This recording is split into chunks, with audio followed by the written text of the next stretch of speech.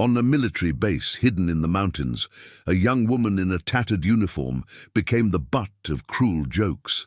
No one believed she would survive a week of training, until the most dangerous mission fell to the platoon, and only one person returned alive, the one everyone called weak. Prepare to learn the true story that silenced the entire base. The most hated young woman in the army was the only one who didn't become a statistic. Find out how she survived, and why no one ever looked at her the same way again. If you believe that strength is not measured by the uniform, then subscribe to the channel and follow me until the end of this story. It was still dark when the truck carrying the recruits pulled through the rusting gate of the military base. In the back of the vehicle, squeezed between the sweaty arms of the guys, got out a girl with a face so tired it looked like she carried the world on her back. Her name was Lara. She wore shoes that didn't match the rest of her uniform, worn with a hole in the sole. Her jacket was too big, the sleeves hanging down like they belonged to someone else. She was carrying a bag, not an army backpack, but something that looked more like an old potato sack. The first looks of the other recruits, laughter, surprise, contempt. One of them said in a low voice, "Who let her in here? This is the army, not a shelter." No one knew that this girl had come here without anyone's help, without a name that meant something, without an officer father or a nurse mother. She had come with only one thing, a silence so thick that it pierced the air. The instructor looked down at her. "Are you sure you're in the right place?" Lara didn't answer. She didn't have to. Her eyes were quiet, but there was something unsettling about that silence. As if she had already seen more than some of those proud boys who had ridiculed her. Reflection. Not every warrior screams, not every hero wears a fresh uniform. Sometimes what seems like weakness is just armor in a different form. Lara had nothing except strength that no one has ever seen, but soon everyone will know it. Lara was billeted in barracks number 6, the coldest, darkest, with a bed right up against the wall, where the paint was peeling from the damp. Before she even had a chance to unpack her bag, she was already the talk of the town. A group of boys from the back of the barracks watched her with amusement. One of them whispered theatrically to another, "Maybe it's some kind of punishment. They sent her here because they didn't know what to do with her." Laughter, soft pats on the shoulder. And Lara? She pretended not to hear, but each of those laughs dug into her like a nail. During the first roll call, when everyone was standing in a straight line, her shoes slipped off the heel. She didn't scream. She didn't adjust it abruptly. She simply stood barefoot. The officer looked at her with contempt. "What kind of theater is this?" he asked. "I'm sorry, Sergeant, the shoe is old. It's not holding," she replied calmly. Meanwhile, next to her, one of the boys burst out laughing. Maybe her mother makes shoes out of newspapers. No one spoke in her defense. No one said, "Enough." It was a silence she knew all too well, because silence was the world's most common response to the misery of others. During the morning inspection, Lara stood out beyond words, not for her bearing, but for what she wore and what she lacked. Her uniform was 2 sizes too big. The sleeves were rolled up 3 times, but they still ended at her knuckles. Her pants hung down from her hips, held together by a belt made of a piece of string. And her shoes. They weren't even the same pair. One was darker, the other had a torn sole, revealing a sock the color of gray and mud. The sergeant walked past, stopped, and looked at her without a word. He didn't have to say anything. His look said it all. "You're the mistake here." "Where did you get that uniform?" he finally asked. "From reserve stock, Sergeant. This is the only one they had in my size, or the closest I could get." The rest of the group couldn't take it anymore. Voices behind them whispered, "Maybe she brought it from home. She looks like she came to a costume party, not to join the army." But Lara didn't move. She stood straight. She looked straight ahead, as if there was no force that could break her. There was no pride in her. There was a quiet determination, and something else, a kind of sadness that couldn't be acted. It was the 3rd day of training. The sun was high, and the temperature was over 30 degrees. All the recruits were on the training ground, ready for the obstacle course, a test that would select the true candidates for combat. Lara lined up last, not for lack of courage, but from intuition. She knew she wasn't bothering anyone back there with her presence. When it was her turn, she set off with determination. She overcame the first obstacle with difficulty but success. On the second, a balance beam above the mud. Something went wrong. Someone in front deliberately moved the structure. Lara lost her balance and fell straight into the cold, stinking mud. Laughter spread across the square like a wave. Even the instructor couldn't hide a crooked smile. "Recruit Lara," he growled. "Have you come here to train or to bathe in mud?" Lara's whole face was smudged. Her hair was matted, but she got up. She didn't say a word. She dusted off her hands. She looked the instructor straight in the eye. Not defiantly, not pleadingly, just quietly, with a dignity that seemed out of place in a place full of noise and mockery. That night everyone fell asleep quickly, tired, sweaty, and pleased with themselves after a successful day of training. But not Lara. She lay on her thin mattress for a long time, her eyes fixed on the cracked ceiling of the barracks. She waited until the last light went out, until there was complete silence. Only then, silently, did she get out of bed and go to the bathroom. She didn't turn on the light. She sat on the cold tiles against the wall, in a corner that smelled of damp and rust. There, she allowed herself to do something she hadn't done in months. She cried. She didn't sob. She didn't wail. The tears just flowed silently, one after another, as if she no longer had the strength to hold them back. She didn't cry because someone laughed at her, or because her arms or legs hurt. She cried because she felt invisible, like a shadow in a place where everyone else shone. And perhaps it was because she cried in silence that no one ever found out, no one except herself. A week later came what everyone had feared. Survival Day, a series of tests that were to test the limits of endurance. Running, crawling, carrying a wounded man, pulling themselves up on a rope, shooting, orienting themselves in the field, all under the pressure of time and the shouting of commanders. Lara set off with determination, but each step was harder than the last. Lack of sleep, lack of strength, hunger, and yet she didn't give up. She reached the final point, a vertical wall that had to be scaled without assistance. Most of the recruits barely made it. Lara tried once, twice, a third time, and finally she let go. She fell backward, hitting the sand with a loud thud, and then she heard what hurt more than the physical pain. "I told you it wasn't for her," someone said from the side. She didn't look in their direction. She stood up slowly, without a word. She walked away from the track, her head held high, but her gaze fixed on the ground. After each day of training, while the others collapsed into their beds, Lara would sit quietly on her mattress. She would wait for the lights to go out. As the barracks fell into darkness, she would reach into the inside pocket of her uniform, the one sewn shut from the inside, where no one could see. She was pulling out a folded, crumpled piece of paper, a letter, old yellowed, with a corner torn from frequent reading.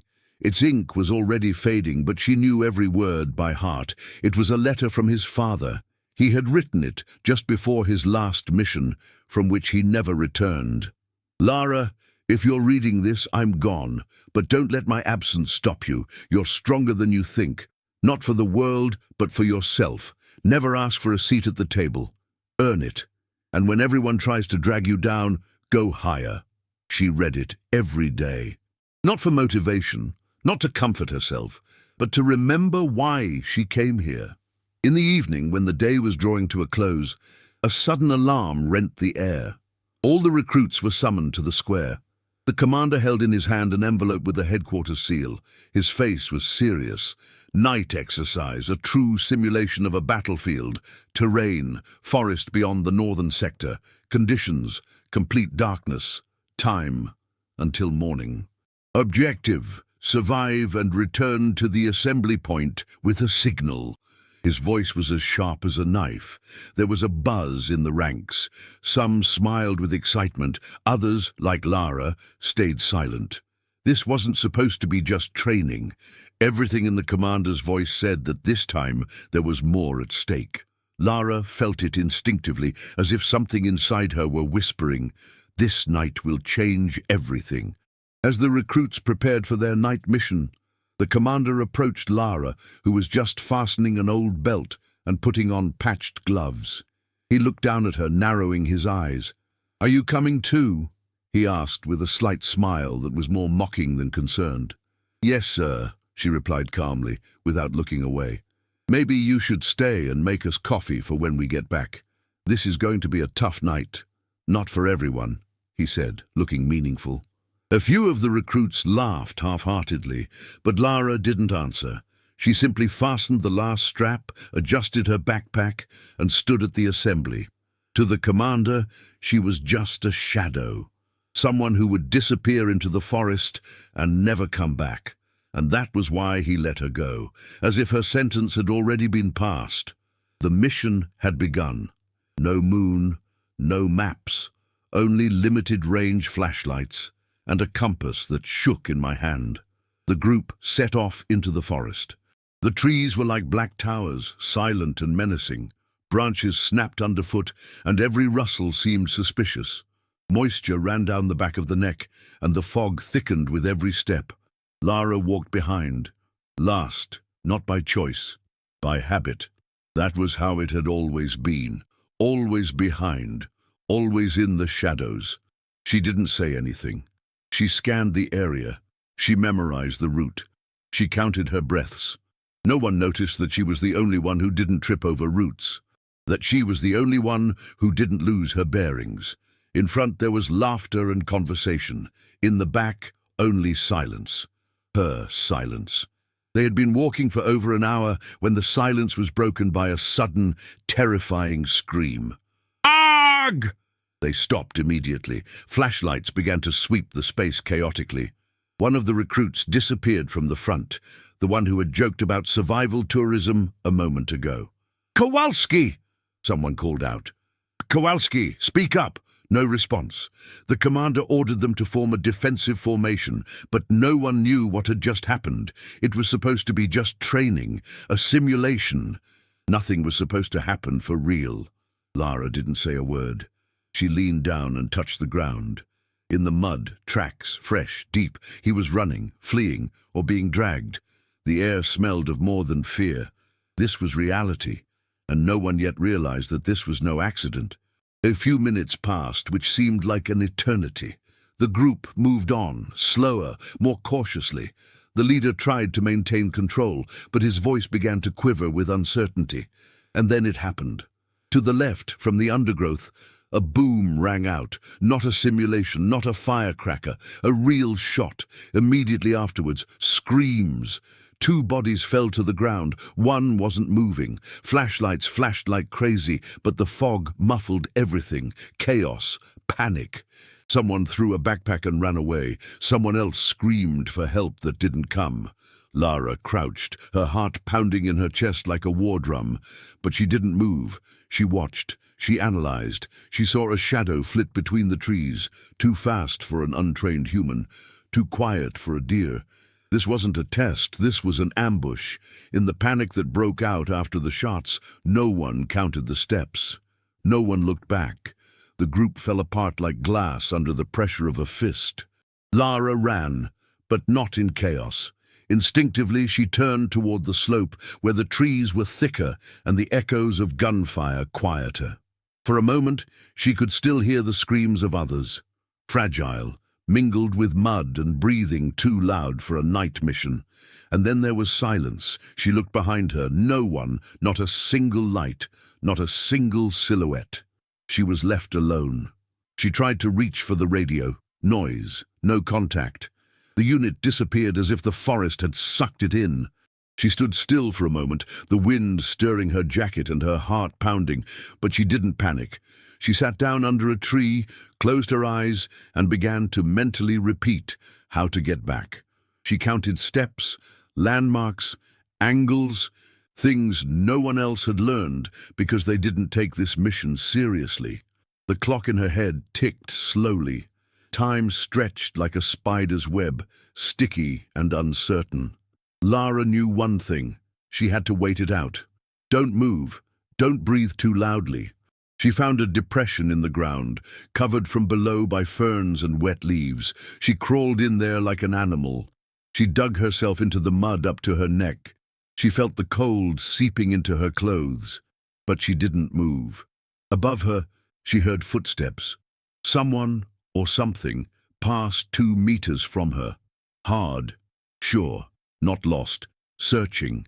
Her hands were shaking, not from the cold, from the tension so strong that her body had had enough. But her mind, it was like a rock. Hours passed. Maybe 1, maybe 4. She lost count, but she didn't lose her purpose, to survive. In the morning, the fog was so thick that it seemed to breathe with the forest. The sun didn't even try to break through the clouds. The sky was grey, dead, just like the terrain around it. Lara slowly crawled out of the mud. Every movement felt like she was underwater. Her face was pale, her eyes bloodshot, her lips chapped. But she was alive. She headed toward the gathering point, quietly, carefully. With a map in her head that no one had given her, she had created it herself. When she got to the evacuation point, there were only medics and 2 officers there. They looked at her like they had seen a ghost. "Where's the rest?" they asked. Lara didn't answer right away. She slid her backpack off her shoulders. She showed the bloody bandage she'd found in the woods. The silence that fell was no longer silence. It was the weight of guilt and shock of the entire group. Only she returned. Back at base, there were no congratulations, no hugs. There was silence and suspicion. Lara was immediately isolated. She was called into an interrogation room. The officer sitting across the table had no sympathy in his eyes. "Tell me, how is it possible that only you came back?" he asked coldly. "I don't know, Major," she replied calmly. "You don't know, or you don't want to say." Someone else had written something in a folder. There were photos on the table, bodies, objects, blurry thermal images. They suspected her. The girl they had ridiculed before, now treated as if she owed it to them to survive. But Lara didn't explain herself, because she knew that anyone who survives a nightmare will always be suspected by those who have never been through it. After the 3rd interrogation, Lara was left alone in a quiet room. Just a table, a chair, and a wall without a clock. Time did not exist. No one believed her. No one wanted to believe. And then she reached into her pocket. Slowly, as if tearing away a part of herself, she pulled out the same worn letter she had carried since the beginning of her training. She placed it on the table. The officer looked at her in surprise. "What is this supposed to be?" "My father's last letter," she replied quietly. "He was a soldier. He died 10 years ago, in the same unit." The officer fell silent. He took the note and read for a long time. A shadow of emotion appeared in his eyes. Not pity, not emotion, something closer to respect or fear. The letter contained a fragment. "If my daughter ever ends up where I served, she will be one of you, and she will put you to shame." Lara didn't need to say more. In that moment, she was no longer a mud recruit. She became the heir to a silence that no one could bear. A few days later, the entire unit gathered in the roll call hall. An official speech, a banner, a commandant, and one name spoken over the microphone. "Recruit Lara Sawicka, step forward." She walked slowly, in a new uniform. Clean, fitted. But something about her hadn't changed. The same gaze, the same stride, the same silence. The commandant pinned the medal on her. Everyone clapped, out of duty, not admiration, because no one knew what to do with someone who had survived when others had died. Someone they had ridiculed before and now had to honor. Lara accepted the medal, but she didn't smile. She didn't bow. She just looked out into the crowd and saw the same eyes that had once looked at her as if she were an obstacle. Reflection. Sometimes the reward hurts more than the punishment, because it reminds us that everything we've achieved had its price. And Lara paid it in full, in mud, in blood, in solitude. After the ceremony, Lara returned to the barracks, this time to a different one. She was given a separate room, a bed with a new mattress, a cabinet, her own mirror. The new uniform hung neatly on the hanger, fresh, perfectly tailored, smelling as if no one had ever touched it. Lara stood before it for a long time, in silence. She ran her fingers over the material, as if testing whether it was reality or just another dream. Her old uniform lay next to her, dirty, torn, heavy with memories and mud. She took it in her hands, folded it carefully, didn't throw it away, wrapped it in string and slid it deep into the bottom of the bag. Because she didn't want to forget. She couldn't, because it wasn't the new uniform that gave her strength. It was the old one, not worn with pride, but with persistence, with pain, with silence, reflection. There are uniforms worn for prestige, and there are uniforms worn for survival. Lara had both, but only one was truly hers. A week later, she was summoned to the commander's office. The officer no longer looked down on her. Now he spoke to her as an equal. We have a rescue unit. We need someone who knows the terrain, someone who doesn't panic, someone who comes back, even when others can't. He handed her a stack of documents.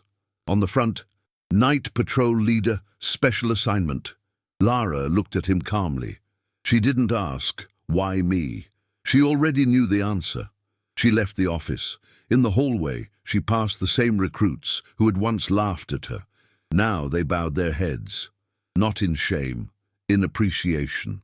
But Lara didn't need their approval. Because she had already accomplished the most difficult mission, she didn't stop being herself. Reflection, final. Not every war is fought on the front. There are silent wars, in the heart, in the eyes, in lonely nights full of mud and fear. Lara won them, without fanfare, without witnesses, but with the truth that no one could take away from her.